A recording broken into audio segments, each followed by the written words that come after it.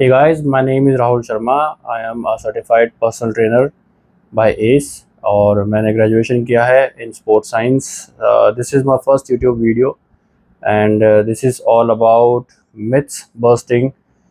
क्या होता है कि हम लोग देखते हैं कि लोग बोलते हैं अक्सर कि पाउडर खा के बॉडी बनाई है या स्टेरॉइड्स लेके बॉडी बना दी है. तो मैं एक चीज़ क्लियर करने वाला हूँ आज. एक बहुत ही सिंपल चीज़ होती है. 3 चीज़ में डिवाइड करेंगे हम इस चीज़ को कि बॉडी बिल्डिंग या फिटनेस किस तरह से आप सिर्फ जिम में ही नहीं बनाते हो. आपको उसके लिए सबसे मेन चीज़ होती है डाइट, सेकेंड चीज़ जो आती है सप्लीमेंट, एंड थर्ड चीज़ जो कि इम्पॉर्टेंट बिल्कुल भी नहीं है, जो कि बिल्कुल भी लोग रिकमेंड भी नहीं करते हैं, जो कि बहुत ही अलग पर्सपेक्टिव के लिए यूज़ होती है, विच इज़ बॉडी बिल्डिंग. और बॉडी बिल्डिंग एक स्पोर्ट होता है rather than lifestyle. Body building lifestyle नहीं है, बॉडी बिल्डिंग एक स्पोर्ट होता है. उसे जीतने के लिए हमें स्टेरॉइड्स का यूज़ करना होता है. तो आज हम यही चीज़ क्लियर करेंगे कि एक्चुअल में इन तीनों में क्या चीज़ होती है.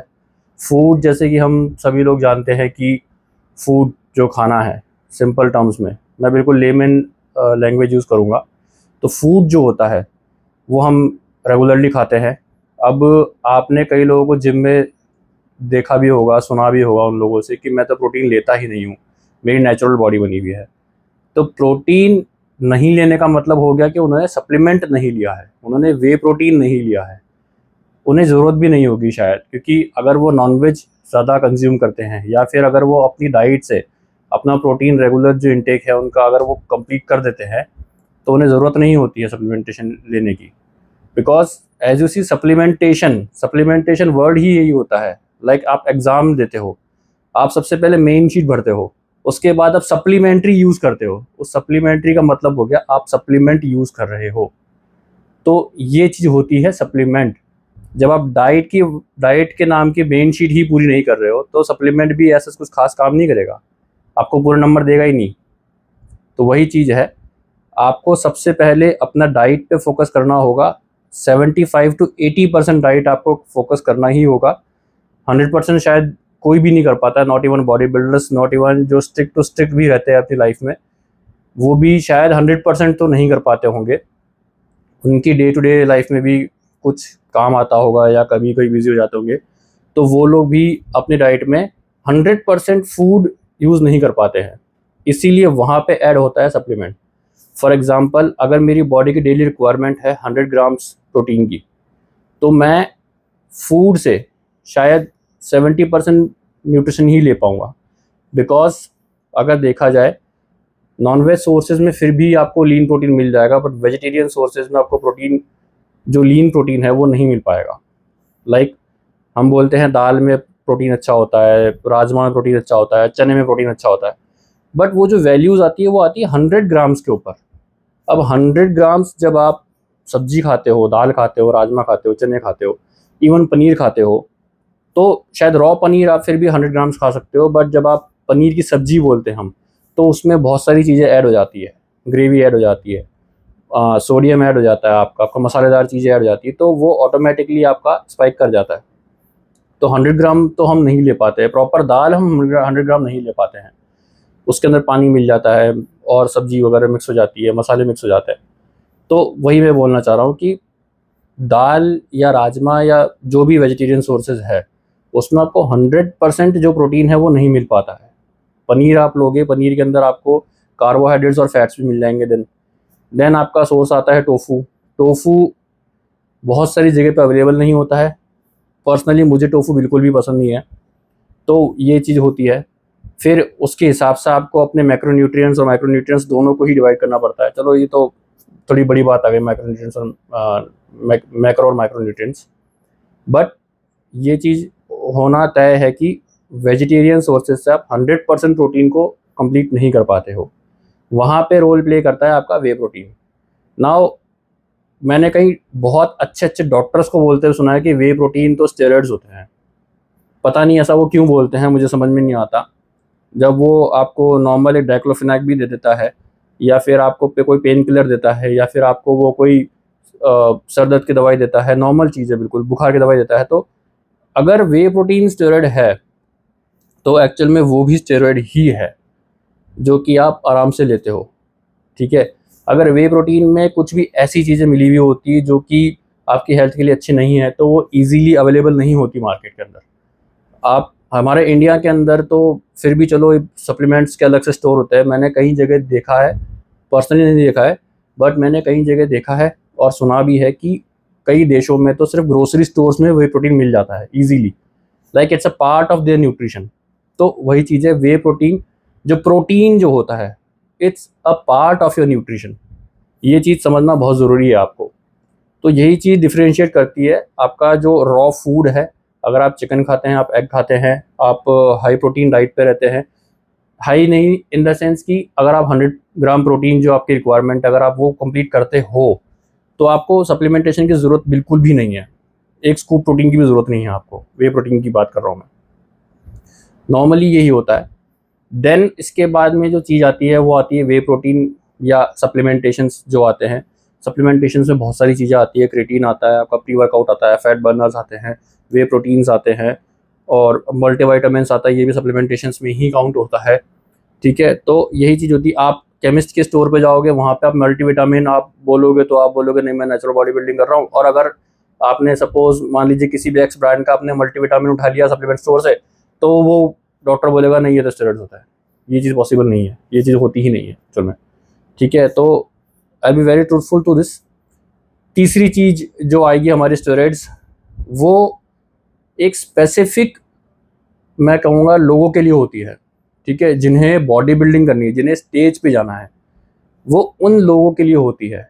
आप ये नहीं बोलोगे कि मैं नॉर्मल लाइफस्टाइल जी रहा हूँ और मुझे स्टेरॉइड्स चाहिए, तो वो बिल्कुल भी सेफ़ नहीं है, वो 100% सेफ़ नहीं होता है, ठीक है। जो बॉडी बिल्डिंग कर रहे होते हैं, जो उनके ट्रेनर्स होते हैं, जो अच्छे ट्रेनर्स होते हैं, जो अच्छे लेवल पे बॉडी बिल्डिंग कर रहे होते हैं, उन लोगों ने अच्छे से रिसर्च करी हुई होती है, उन लोगों ने अच्छे से पढ़ाई करी होती है इसके बारे में, उन लोगों को मेडिसिन की भी अच्छी नॉलेज होती है।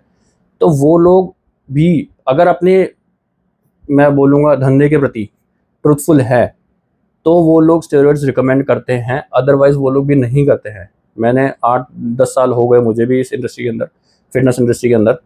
मैंने कभी स्टेरॉइड्स ऐसा रिकमेंड किसी को भी नहीं किया आज तक कि आप ये ले लोगे तो उससे अच्छी हो जाएगी। मैंने अपना जिम भी चलाया है, मैं बहुत बड़ी ब्रांड्स जिम में भी जॉब कर चुका हूँ। तो ये चीज़ जो है स्टेरॉइड्स, वो चीज़ बिल्कुल ही अलग है, वो चीज़ बिल्कुल बॉडी बिल्डिंग जो स्पोर्ट है उसके लिए काम आती है। चलो हम इसे एक एग्जांपल की तरह देखते हैं, जो एग्जांपल मुझे भी एग्जैक्टली यही एग्जांपल मुझे भी किसी अच्छे बॉडी बिल्डर ने बताया था कि सपोज़ एक वर्ल्ड वॉर हो गया। वर्ल्ड वॉर के अंदर चाइना के पास भी न्यूक्लियर वेपन है, पाकिस्तान के पास भी न्यूक्लियर वेपन है, यूएस के पास भी न्यूक्लियर वेपन है, रशिया के पास भी न्यूक्लियर वेपन है। अब इंडिया क्या करेगा? क्या इंडिया न्यूक्लियर वेपन यूज़ नहीं करेगा? ऑब्वियस सी बात है, इंडिया भी न्यूक्लियर वेपन यूज़ करेगा।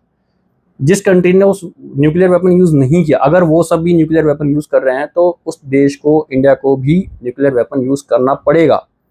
तो it is like a nuclear weapon, ठीक है? ये एक वेपन है, ठीक है?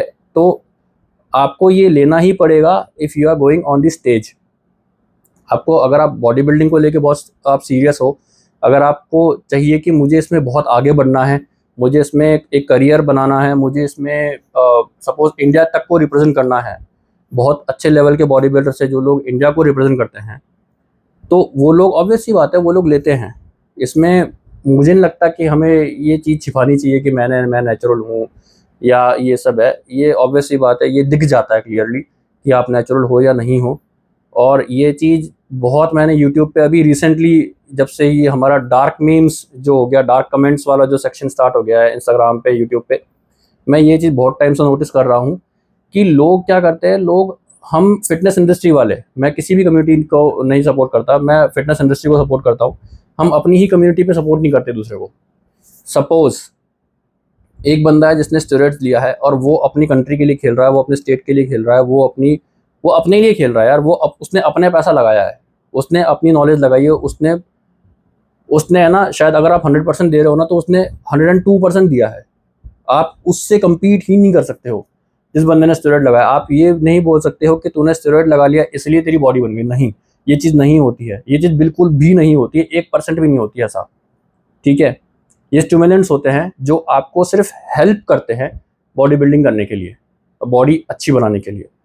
आप नेचुरल हो, बहुत अच्छी बात है, लेकिन अगर आपके साथ में कोई बंदा है या आप किसी की यूट्यूब वीडियो देख रहे हो, किसी का इंस्टाग्राम पोस्ट देख रहे हो जो अपनी वीडियोस पोस्ट कर रहा है, तो आप जाके उस पर कमेंट मार देते हो कि देखो ये तो स्टेरॉइड लेके बॉडी बनाई है, इसने तो पाउडर लेके बॉडी बनाई है।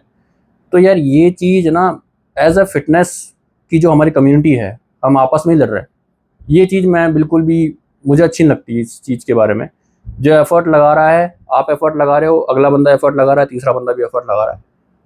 आपको, हमें तीनों को सपोर्ट करना पड़ेगा। तीनों को सपोर्ट करना बहुत ज़रूरी है। जो नेचुरल है, ऑब्वियस सी बात है, वो भी मेहनत कर रहा है। जिसने स्टेरॉइड्स लिए हैं वो भी मेहनत कर रहा है, ठीक है। सप्लीमेंटेशन नेचुरल ही होता है। क्रेटीन, वे प्रोटीन, सब चीज़ें नेचुरल होती है, ठीक है। तो इस चीज़ के ऊपर डिबेट मत करा करो कि यार मैंने तो वे प्रोटीन बिना बॉडी बनाई है, मैंने प्रोटीन बिना बॉडी बना दी।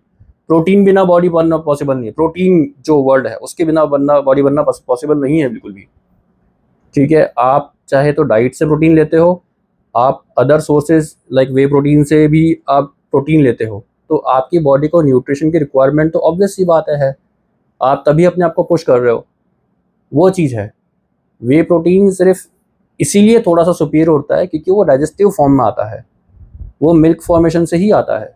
बहुत लंबा प्रोसेस होता है वे प्रोटीन बनाने का, इसीलिए थोड़ा सा वो एक्सपेंसिव होता है। तो और कुछ भी इसमें ऐसा नहीं है कि मतलब केमिकल एक्स डाल दिया, मिठास मसाला अच्छा सब कुछ डाला और फिर वो अनजाने में गिर गया केमिकल एक्स। ऐसे नहीं बनता है वे प्रोटीन, ऐसे नहीं बनती है बॉडी, जादू से नहीं बनती है बॉडी। आपको बहुत बहुत बहुत हार्ड वर्क करना पड़ता है for fat loss, for weight gain, for body building, anything. ये हार्ड वर्क मानते हैं। जिम जो स्ट्रेंथ, जो वर्कआउट है बेसिकली, वो ही एक ऐसी जगह है जहाँ पे आप रिश्वत देख के सक्सेसफुल हो ही नहीं सकते हो। जिम ही शायद एक ऐसी जगह है। आपको खुद को ही आना पड़ेगा, आपको खुद को ही मेहनत करनी पड़ेगी, आपको खुद को ही अपनी डाइट पे काम करना पड़ेगा, आपको खुद को ही अपने वर्कआउट पे काम करना पड़ेगा। और जो चीज़ है मैं बोलना चाहूँगा कि आप ना अपने आप से कमिट कर रहे हो ये चीज़, आप किसी और से कमिट नहीं कर रहे हो। अगर आपकी फिजिक अच्छी हो गई, अगर आपने फैट लॉस कर दिया, तो ये आपके लिए अच्छी चीज़ है फॉर लॉन्ग रन। आप किसी और को इम्प्रेस कर रहे हो, उसके लिए आपने बॉडी बना ली, वो अच्छी बात है, बट बॉडी बनी किसकी? अल्टीमेटली आपकी खुद की बनी है। तो आपको अपने लिए तो ट्रुथफुल रहना ही पड़ेगा। दूसरी मैं ये चीज़ बोलना चाहूँगा कि जैसे हम लोग कई कई बार गाने भी आ जाते हैं कि पाउडर खा के बॉडी बन जाती है 2 महीने में। नहीं भाई, नहीं होता, ये सब चीज़ें नहीं पॉसिबल है। अगर पाउडर खा के बॉडी बन रही होती 2-2 महीने में, तो भाई तुम भी बना ले होते, ठीक है। ये गाने जो बनाते हैं, ये जलन वाले लोग बनाते हैं, ठीक है, कि ज़मीन बेच के अपने बॉडी बना ली, पाउडर ले लिया। ये चीज़ नहीं होती भाई, ये पॉसिबल नहीं है ये चीज़ होना, ठीक है। ज़मीन बेच के कोई इतना कोई पागल नहीं बैठा है कि वे प्रोटीन लेके आ रहा 5,000 रुपये का 5 किलो ज़मीन बेच के, ठीक है। तो मैं बस यही कहना चाहूँगा, मेरा पहला वीडियो है यूट्यूब का, इसमें थोड़े से फंबल भी हुआ हूँ मैं, मुझे पता है। और ये थोड़ा सा रॉ भी रहेगा, इसे देखते हैं कितना प्रोत्साहन मिलता है। आप लोग इसे लाइक, शेयर और कमेंट कीजिए। आपको जो भी वर्कआउट्स के लिए रिलेटेड आपको चाहिए। मैं प्लान, ऑब्वियस सी बात है, मैं नहीं बता पाऊँगा, बट हाँ, नेक्स्ट वीडियो मेरा जो आएगा वो आएगा ब्रो साइंस के ऊपर, जो कि आएगा कि वर्कआउट की जो प्लानिंग होती है वो किस तरह से होती है। प्लानिंग किस तरह से होती है, इसका मतलब ये नहीं कि मैं पूरा वर्कआउट बता दूंगा आपको, ऑब्वियस सी बात है, बहुत ज़्यादा लंबा वर्कआउट वीडियो हो जाएगा वो, और इतनी एडिटिंग स्किल्स मुझे नहीं आती है अभी। तो मैं सिर्फ ये बताऊंगा कि जैसे for example push pull legs का वर्कआउट हो जाता है आजकल। कुछ सालों से मैं देख रहा हूँ FST7 जो लोग आ गए नए नए, मतलब 4 दिन होते हैं बॉडी जिम के अंदर आए हुए, और सर मैं तो FST7 हिट कर रहा हूँ, ठीक है। आपसे 10 पुशअप लगते नहीं, आप FST7 को हिट कर रहे हो, बहुत बढ़िया बात है। तो ये ही चीज़ अगली वीडियोस में हम लोग कवर करेंगे कि एक्चुअल जो वर्कआउट जो प्लान होता है, क्या वो आपको किसी और से पूछ के, किसी और से बनवाने की ज़रूरत पड़ती है, या फिर आप खुद अपना वर्कआउट प्लान बना सकते हो। बिल्कुल थोड़ी सी नॉलेज की ज़रूरत होती है उसके अंदर आपको खुद के वर्कआउट बनाने के लिए। तो वो प्लान जो बना है, वो वीडियो जो है वो मैं अगले वीडियोज़ में आपको डालूँगा। टिल देन, जय हिंद, जय भारत, थैंक यू।